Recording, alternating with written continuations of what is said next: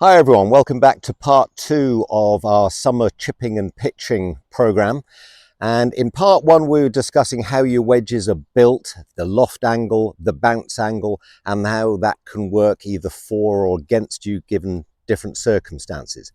Now we want to get into how we actually apply the golf club to the golf ball in order to get that elusive crisp strike off these tighter lies in the summertime.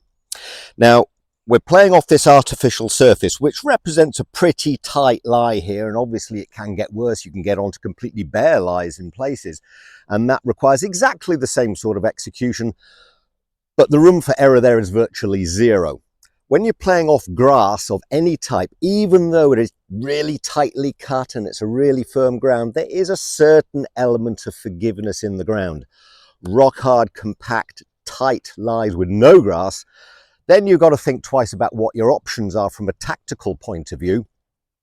And if you've got a high lob shot over a bunker, the pin is set 8 foot beyond, and there's a water hazard full of alligators immediately beyond it, then you might think twice about taking on that shot and maybe looking at alternative routes, chipping to the front edge of the green and putting in from there. But I'll leave you for that to decide. What we want to do now is to discuss the execution of this type of shot, bearing in mind what we chatted about in part 1. Now we've got a real golf club, not one of the gadgets that I had, and we were talking about the shaft angle into impact in order to get the leading edge down to the bottom of the golf ball and use the whole of the loft of the golf club. If my impact position is brought into that position, you might be able to see there, the shaft is now leaning backward away from my target. There's my trailing edge, leading edge is off the ground, it's into the golf ball, I've thinned the shot. That's my impact position. Let's have a look at that in full view. When I set up to this shot, I want to a certain amount, replicate my impact position within my setup position. So I start off with my hands in a forward position ahead of the golf club. You can see that line here extended up through the club shaft is kind of pointing up my left pocket or even out beyond my left hip. I would never want to start this shot from being back in this position. The chances are that's where I return it, and that's that backward shaft lean. Leading edge is going to thin the shot because the back edge is going to bounce off the ground. I'm going to set my weight slightly in towards my left side, and that promotes everything being pushed forward toward the target slightly.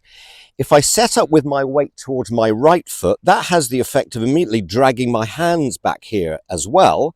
And if I hit the ball from this position, there's that shaft angle which we want to avoid. So my weight is set into my left side, which allows my hands to push forward towards my target, which lowers that leading edge down to the base of the swing where I want it to be impacting underneath the golf ball and getting the ball then right up into the meat of the club face.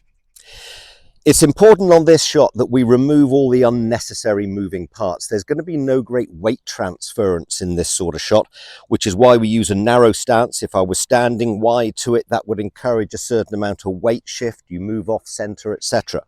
I narrow the stance down. I'm in an open stance position, which means I'm aiming, the line of my feet is sort of drawn back from the target line, giving me plenty of room away to the left of the target. The club face is square to the target.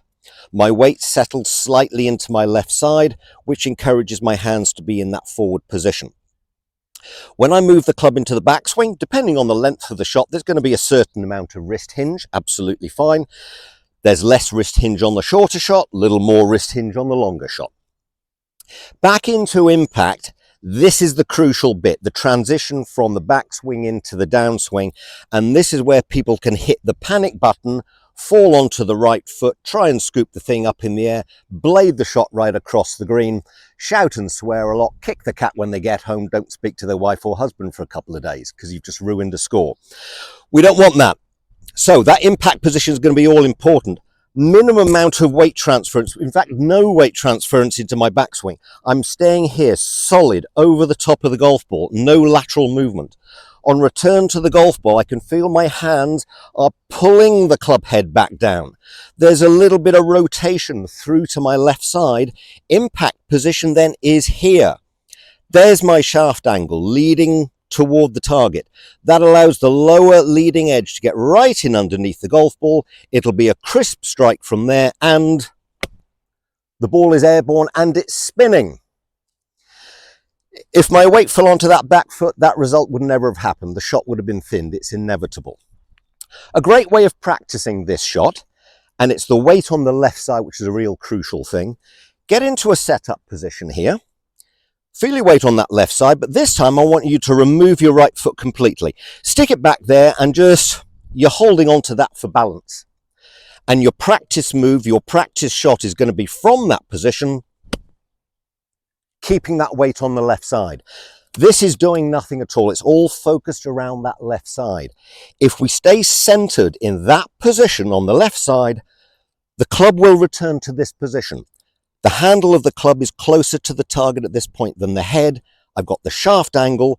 I've got the contact that I want off that firmer lie. I've got spin. I've got elevation.